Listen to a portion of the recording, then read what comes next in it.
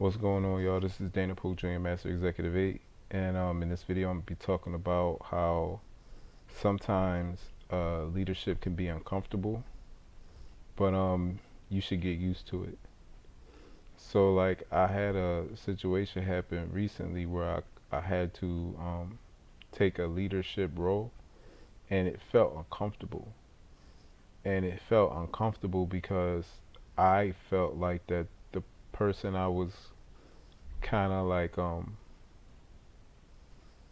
leading was actually, I guess, better at the job than I was, as far as like experience and being there longer. But it was like,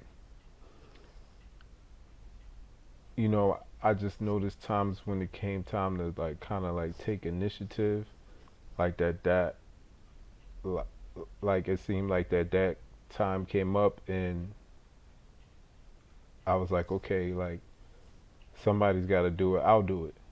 Okay, you know, you do this. I'm gonna go do that. you know, then we going blah blah blah blah blah. I proceeded to give out directions, and this wasn't something I hadn't done before.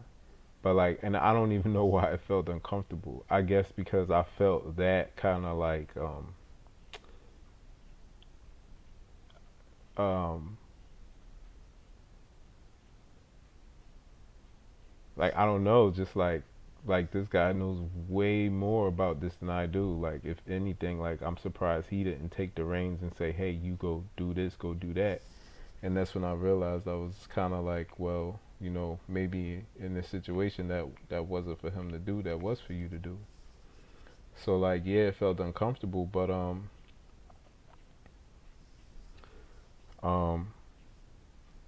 those times are going to come up, and it may feel uncomfortable, but if nobody else is doing it, like you, it's on you.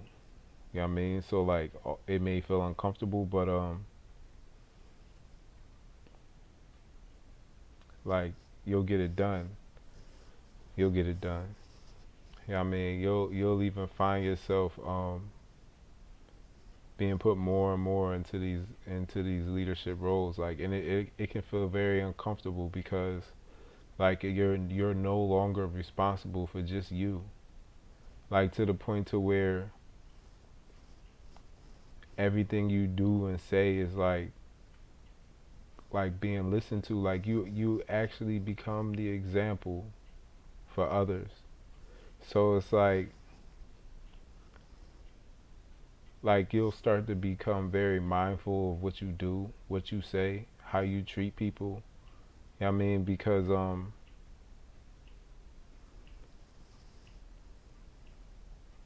like you're being watched. Let me just put it that way. Like heavily, like by everybody, even when you know don't think people are watching, they're watching you. So it's up to you to pretty much like, when I say be on your best behavior, I don't mean like on some goody two shoes, do boy type stuff. No, I'm just mean like maintain your integrity. That's it. Not you don't have to go out your way to be extra good. What I mean is just maintain your integrity. So like especially if you know you have the discipline and the power to do so. Like like you're given certain gifts to be able to use them as an example for others. You know what I mean? To me, even like basically, what's that saying? With great power comes great responsibility. You know what I'm saying? And power just means like you may just notice certain things that others don't. Other people around you don't, and vice versa. They'll notice things that you don't.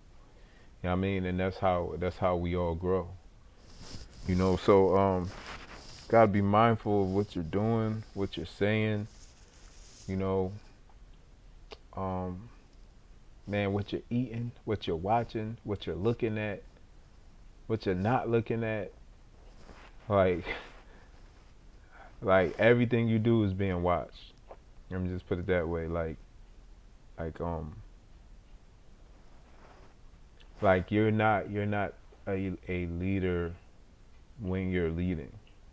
Like you don't like you're always that. You know what I mean? And cuz you'll ask yourself questions like, you know, like why does what I even say even matter? You know what I'm saying? Like you'll find yourself questioning your leadership like why like if people didn't see you in that like they wouldn't like there's expectations basically. You know what I mean for you to act with integrity.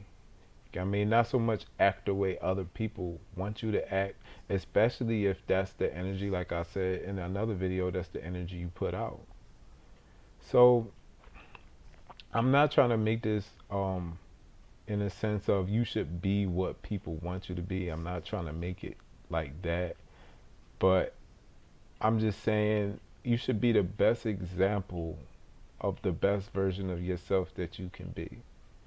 You know what I'm saying? So like for instance, like I'm not a like a like I don't smoke a lot of cigarettes. You know what I'm saying? Like I might smoke like one, maybe every other day. So, you know, I'll tell myself like, hey, you know that one time that somebody sees you smoking that cigarette, you know what I mean? Like that could be the one time that, you know,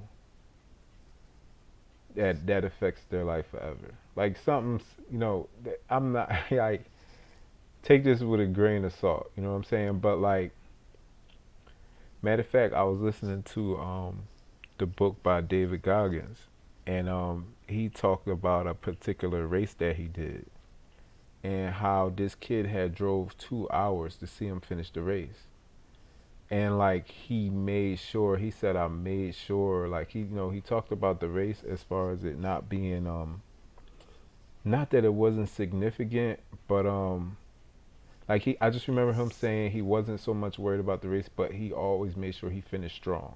Like something about that. I'm not downplaying the race, nothing actually that he did. I'm not downplaying any of that stuff. But he was just mentioning something about finishing strong, and he was just talking about how you never know who's watching.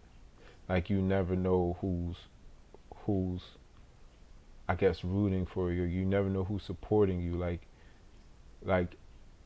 man, even man, I'm going back to this book. You know what I mean? Like, 'cause I just finished looking to yo. That's if y'all. That's a. It's a. It's called "Can't Hurt Me." It's a long book. It's about like I listened to the audio version of it. It's about like 13 hours, yo. This book is mad long, but there were times when he was in the he was doing ranger. I remember the specific training in ranger school, and they had to pull security on 4 points. You know what I mean, at a certain time. So he treated it as if it was a combat situation. You know why? And he didn't even have to because it was actually a storm. It was a storm. I mean, meaning like the cadre knew it was a storm, so like they didn't really, you know, they wasn't too hard on him about like, you know, trying to keep warm rather than just being out in a storm. He always he saw it as an opportunity to set himself apart. You know what I mean, from the rest. You know, not like um not literally like in a sense from his group, but when he, because mind you, nobody is watching you. You know what I'm saying? Like you could easily just, you know, just chill and just try to keep warm, and like nobody would care, you know what I'm saying? But like to go those extra lengths when there's nobody watching you, there is no audience. There is nobody to say, "Hey, good job, pat on the back." You know what I mean? But to like have that mindset when nobody's watching, like that's integrity. You know what I'm saying? So that's what I'm talking about. You know what I mean? So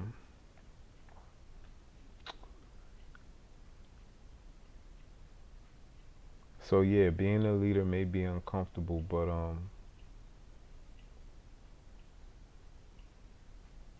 you'll know when it's time to take the reins, and the more you do it, the less uncomfortable it will feel.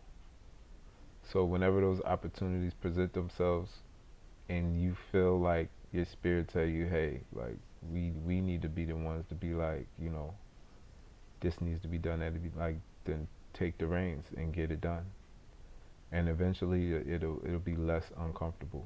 You know what I'm saying? Because like I said, I've been in plenty of leadership positions. Like it's not, this is definitely not my first. You know what I mean? And it won't be my last. So yeah, that's all. If you feel uncomfortable about any leadership position, just know the more you do it, the less uncomfortable it'll get.